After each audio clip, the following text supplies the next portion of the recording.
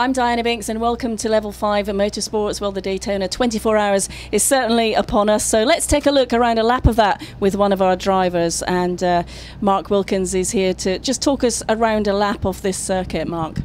Yeah, I mean, you know, Daytona is one of the, I guess, more simpler tracks. It's, you know, got a lot of, spend a lot of time on the banking. If we just take a moment to do a little bit of a run through of a lap here, you'll see at the top here, that's your start finish line. You notice the green in the map is indicative of throttle position, so green would be full throttle, and then the transition over to the brakes being the red going into corner 1, where you're slowing the car down from roughly 198 miles an hour down to about 60. So it's a fairly big drop. And you can see sort of where you get back onto the throttle, back to full throttle through the turn 2 kink, which on the map and the GPS here is we try to straighten out as much as possible. And then we go down into the first horseshoe, corner 3, with a fairly lengthy braking zone. It's a first gear corner.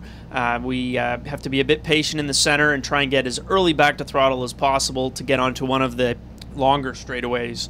The kink can be flat out depending on tire condition, depending on aero, and then going down towards the second horseshoe, you're carrying a lot of speed. You have to get on the brakes hard, and this corner is a little bit tricky because there's not a lot of runoff, where in corner 1, some of the other corners, there's a little bit more room to push it a little bit more, but in the second horseshoe there's not a lot. It tends to be very slippery and you have to be really patient, let the car rotate, and again, getting back to an early throttle is really, really important.